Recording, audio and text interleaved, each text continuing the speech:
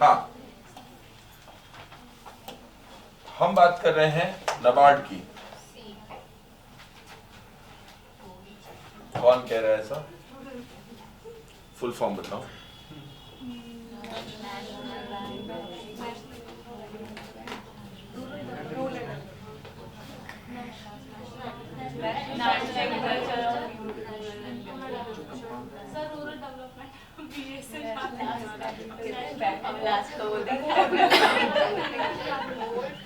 देखिए ऐसा है, थोड़ा ध्यान दीजिए, बकरी बांधने की कोशिश मत कीजिए, बकरी भारी पड़ती है। 1 नंबर का एक क्वेश्चन होता है जो आपका आना चाहिए। 1 नंबर जब आपने वो नहीं किया तो वो आपका नहीं आया, यानी आप किसी दूसरे विद्यार्थी से पीछे हो गए, और 0.25 जो कटेगा आपका। तो ऐसे एक प्रश्न में कोताही बरतने से, जल्दीबाजी करने से आप कितने नंबर पीछे होंगे? 2.25,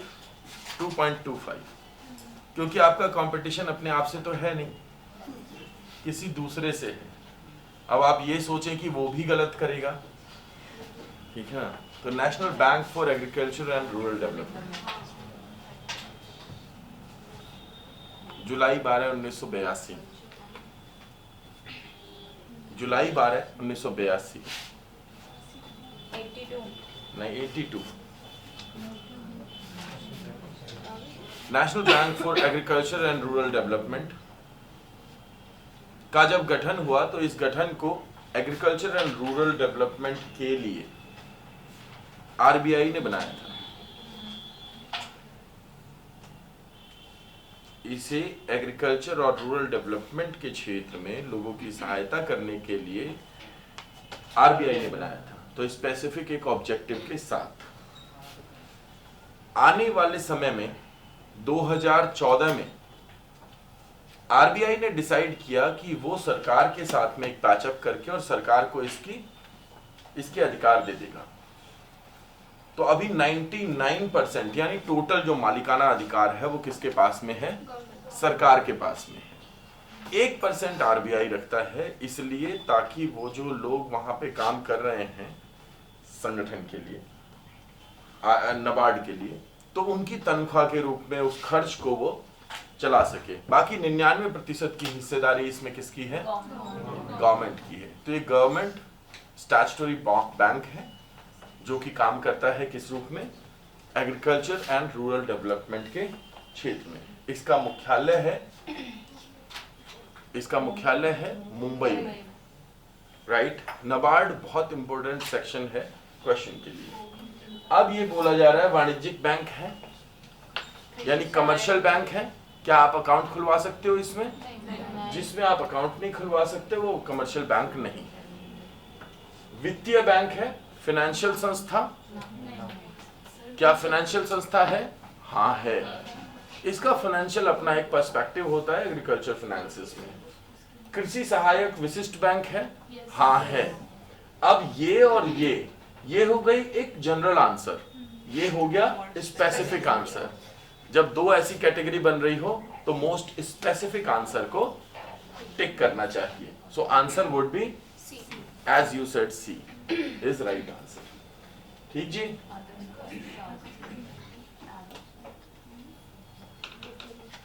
सो नेक्स्ट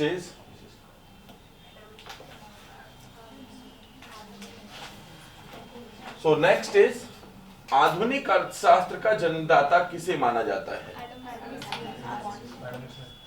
एडम स्मिथ को माना जाता है। क्यों?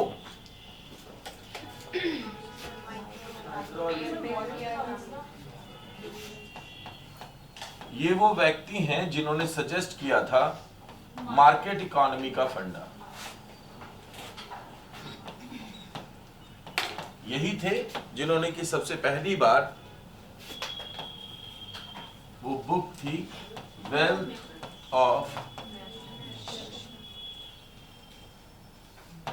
Wealth of Nations, I remember this as 1776। हाँ, 1777 में ये पुस्तक लिखी गई थी। बुक का नाम था वेल्थ ऑफ नेशंस। इस पुस्तक के अंदर सबसे पहली बार ये सजेस्ट किया गया था कि जो मार्केट होती है वो मार्केट दो शक्तियों से चलती है। एक हो सकती है डिमांड और दूसरी हो सकती है सप्लाई। तो जब भी डिमांड होगी तो उसे फुलफिल करने के लिए सप्लाई अपने आप ही आ जाएगी। जब डिमांड ज्यादा होगी तो सप्लाई बढ़ जाएगी, और जब डिमांड कम होगी तो सप्लाई कम हो जाएगी। ये कॉन्सेप्ट किसने दिया? एडम स्मिथ ने दिया। इसलिए सरकारों को मार्केट में हस्तक्षेप नहीं करना चाहिए। इसे बोलते हैं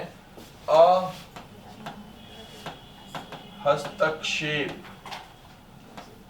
का सिद्धांत, थियरी ऑफ लेसेफेयर, थियरी ऑफ लेसेफेयर। अब इसके लिए इन्होंने कहा कि भाई मार्केट में डिमांड और सप्लाई को बैलेंस कौन कर रहा है, कंट्रोल कौन कर रहा है, निर्धारित कौन कर रहा है। तो इन्होंने कहा कि एक बार्गेनिंग का प्रिंसिपल होता है जिससे कि कीमत निर्धारण हो जाएगा। क्या कहते हैं? बार्गेनिंग का एक प्रिंसिपल होता है जिससे कि कीमत निर्धारण हो जाएगा, क्योंकि दुकानदार तो कभी भी अपना लॉस करके तो बेचेगा नहीं, और उपभोक्ता इतना समझदार है कि वो ज्यादा पैसे दे करके नहीं खरीदेगा। तो वो दोनों बार्गेन कर लेते हैं। इसे इन्होंने नाम दिया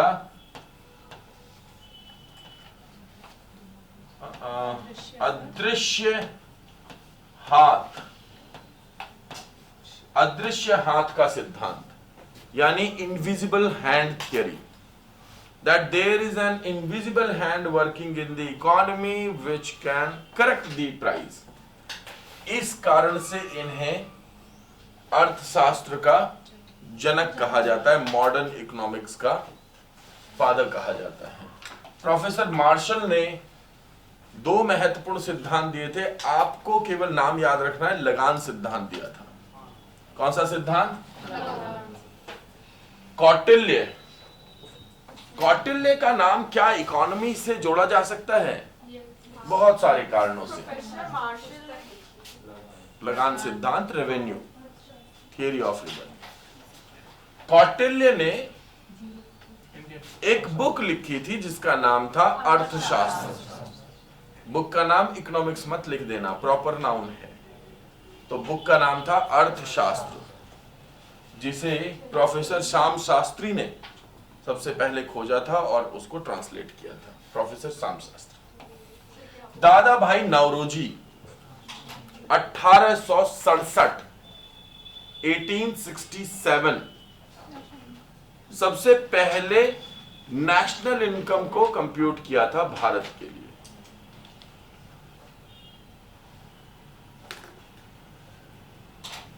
यहां तक कोई क्वेश्चन? क्या कौटिल्य? थोड़ा जल्दी करो। कौटिल्य ने बुक लिखी थी जिसका नाम था अर्थशास्त्र। इतना कर लो।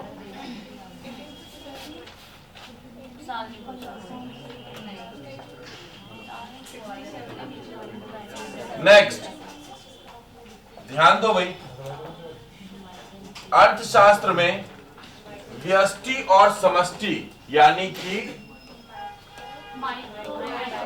माइक्रो एंड मैक्रो, इकोनॉमिक्स में माइक्रो और मैक्रो शब्दों का प्रयोग किस विद्वान ने किया था? Adam Smith, Ragnar Frisch, Alfred Marshall, Art लैफर।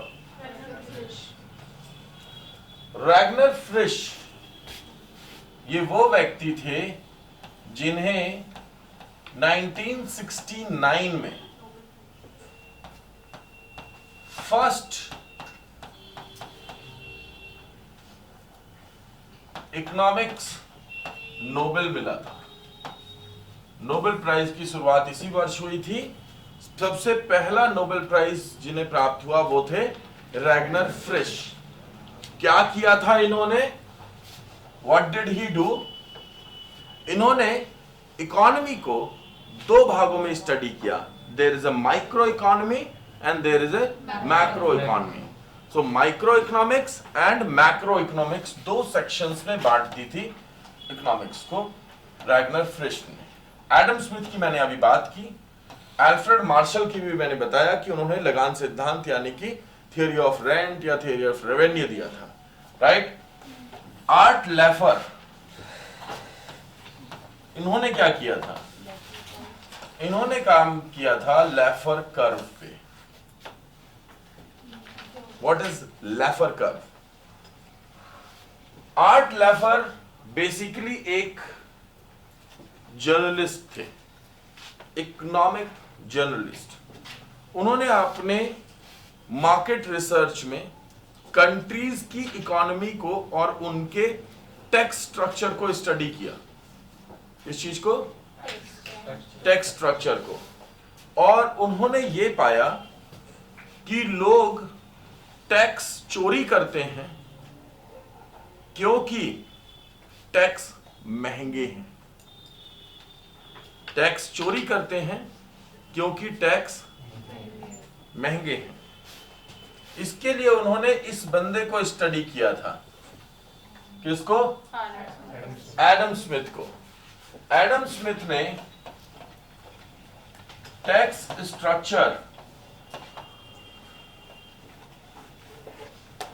Structure के लिए 4 पॉइंट बताए हैं जरूरी, जो आपको याद करने हैं। एक है समानता, यानी टैक्स में क्या होना चाहिए? इक्वालिटी होनी चाहिए। दूसरा, निश्चितता, टैक्स फिक्स होने चाहिए यानी सर्टेनिटी होनी चाहिए। तीसरा, मितव्ययिता।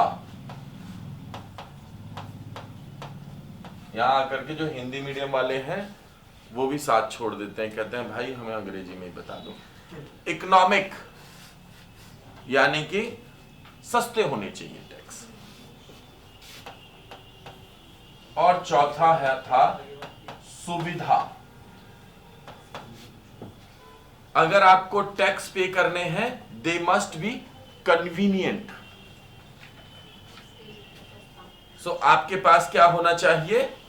एक लेवल ऑफ कन्वीनियंस होना चाहिए, राइट? तो ये जरूरी है। अब इसको स्टडी करने के बाद और मार्केट्स को और कंट्रीज को स्टडी करने के बाद व्हाट लेफर डिसाइडेड कि भाई टैक्स बहुत महंगे हैं, इसलिए इकोनॉमीज की टैक्स इनकम कम हो रही है। तो क्या करना चाहिए? इसके लिए उन्होंने एक कर्व दर्शाया। शेप क्या थी? वो स्टूडेंट जो कि मेरे से एजुकेशन में पढ़ चुके हैं वो आसानी से प्रेडिक्ट कर सकते हैं। Bell curve, bell curve, the famous bell curve, जिसे एनपीसी के लिए आप यूज करते हैं, है ना? अब इसमें उसने कहा कि जब आप, ध्यान से समझिएगा, टैक्स की दर को कम करेंगे तो टोटल इनकम बढ़ेगी। टैक्स ज्यादा थे, आपने कम किए, इनकम बढ़ेगी। कैसे बढ़ेगी? जब टैक्स सस्ते होंगे तो जो लोग टैक्स पे नहीं कर रहे वो भी टैक्स पे करेंगे, जो कम पे कर रहे थे वो ज्यादा पे कर देंगे, क्योंकि कोई भी इलीगल एक्टिविटीज करना नहीं चाहता। पर फिर उसने ये भी बोला कि इसको बहुत ध्यान से लागू करना चाहिए, वरना इससे इनकम इतनी ज्यादा गिर जाएगी कि गवर्नमेंट खर्चे नहीं चला पाएगी, राइट? ऐसा 2 गवर्नमेंट्स के साथ हुआ। यूनाइटेड स्टेट्स के एक प्रेसिडेंट थे जिनका नाम था रोनाल्ड रीगन। उन्होंने लेफर कर्व लागू किया था, फेल रहा। और first iron lady in the world किसे कहा जाता है? Margaret Thatcher. उन्होंने ब्रिटेन में लागू किया था, फेलियर रहा था। तो 2 कंट्रीज में ये फेलियर रह चुका है, इसलिए ज्यादातर देश इसे लागू नहीं करते। ठीक है जी।